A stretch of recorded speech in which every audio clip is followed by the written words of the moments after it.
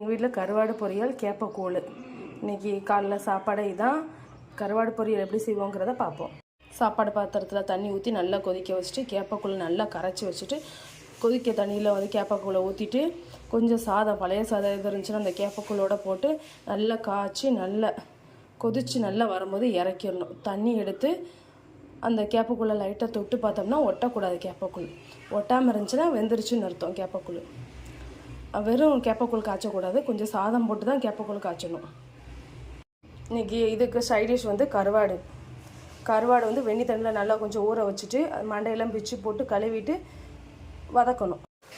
நல்லெண்ணெய் ஊற்றி கடுகு போட்டு சின்ன வெங்காயம், பல்லாரி, பச்சை மிளகாய் எல்லாம் போட்டு நல்லா கிண்டிட்டு கருவாடையும் போட்டு நல்லா வதக்கிடணும். வதக்கி கொஞ்சம் நேரம் மூடி வச்சிடணும். எண்ணெயிலே நல்லா வேகட்டும். கூழ் ரெடி ஆயிடுச்சு.